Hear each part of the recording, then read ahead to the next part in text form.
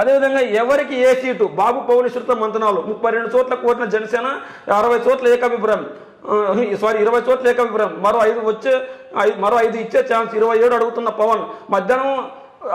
మధ్యాహ్నం రాత్రి 2 దఫాలుగా చర్చ, జనసేన సీట్లపై వస్తున్న స్పష్టత. రాజానగరం, రాజులు, కాకినాడ రూరల్, ఎలమంచిలి, భీమవరం, నర్సాపురం జనసేనకే, పోలవరం, బెజవాడ వెస్ట్, తెనాలి, దర్శి కూడా విజయ అవకాశాలు ఎక్కువ ప్రాతిపదిక సీట్లపై కీలక నిర్ణయం. గోదావరి, విశాఖ జిల్లాలో ఎక్కువ సీట్లు కోరుతున్న 8న మళ్ళీ భేటీ, 14న పాలకొల్లు ఉమ్మడి సభ మేనిఫెస్టో ప్రకటన, కుదిరితే అభ్యర్థుల వెల్లడి కూడా ఇద్దరు కలిసి ఒకే రోజు పాదయాత్ర. జగన్మోహన్ రెడ్డి గారు సీట్లు మారుతూ ముందుకెళ్తుంటే వీళ్ళు ఇంకా పొత్తుల గురించి చర్చించుకున్నారు. అయితే జనసేనకి ఎన్ని సీట్లు అంటే ఖచ్చితంగా ఒక్కో సమాధానం చెప్పాలి అవకాశం ఉంది. ఖచ్చితంగా జనసేనకి 60 వస్తాయి, 70 వస్తాయని ఆశలు పెట్టుకున్నారు. అయితే ఈ నేపథ్యంలో జనసేనకి కేవలం 20 చోట్ల ఏకాభిప్రాయం వచ్చింది.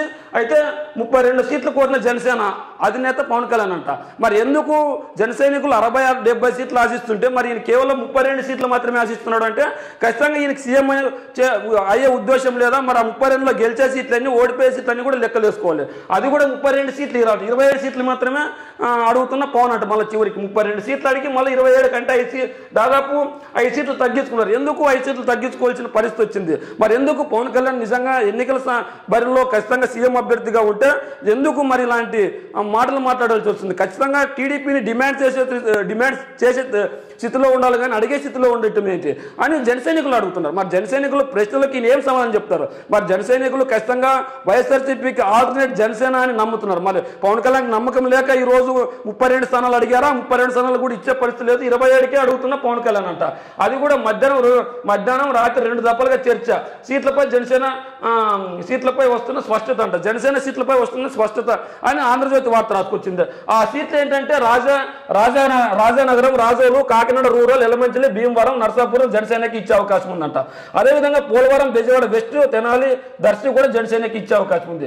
విజయ అవకాశాలు ప్రతిగా సీట్లపై కీలక నిర్ణయం. అంటే ఆ 32 స్థానాల్లో మాత్రమే విజయ అవకాశాలు ఉన్నాయి, మిగిలిన స్థానాల్లో ఖచ్చితంగా విజయ అవకాశాలు లేవా? ఆ స్థానంలో టీడీపీ మాత్రమే పోటీ చేస్తుంది. మరి 32 సీట్లు అడిగి 27కి ఎందుకు పరిమితమయ్యాడు? అది కూడా 27 సీట్లు కూడా వాళ్ళు ఇస్తానని చెప్పట్లేదు. ఆ 27 సీట్లు కూడా వీళ్ళకి ఇచ్చే సీట్లన్నీ, వీళ్ళు పంచుకునే సీట్లన్నీ. మళ్ళీ 25 సీట్లు జనసేన కనుక ఇస్తే కనుక జనసేన టీడీపీ పొత్తు సఖ్యతగా ఉండి ఓట్లు పడే అవకాశం ఉంది. మరి ఆ 20 స్థానాల్లో పరిస్థితి ఏంటి? ఇలాంటి ఎన్నో ప్రశ్నలు లేవనెత్తే అవకాశం ఉంది. అంటే పూర్తి కాలంగా చంద్రబాబు గారు ముఖ్యమంత్రిగా ఉంటారా? మరి జనసైనికులు నమ్మి జనసేనకు ఓటేసే అవకాశం ఉందా? 170 స్థానాలు వైఎస్ఆర్సీపీ ఖచ్చితంగా గెలుస్తామని చెప్తుంటే వీళ్ళు ఎందుకు పొత్తుల్లో ఇంకా గడిబిడిగా ఉన్నారనే అంశాలు లేవనెత్తుతున్నారు. అంటే ఖచ్చితంగా జనసేన టీడీపీ గెలిచే అవకాశం లేదా? గెలిస్తే కనుక ఏ అవకాశం ఉంటుంది? అయితే ఖచ్చితంగా 32 స్థానాలు అడగడం కరెక్టా, లేదంటే 27 స్థానాలు తగ్గించుకోవడం కరెక్టా?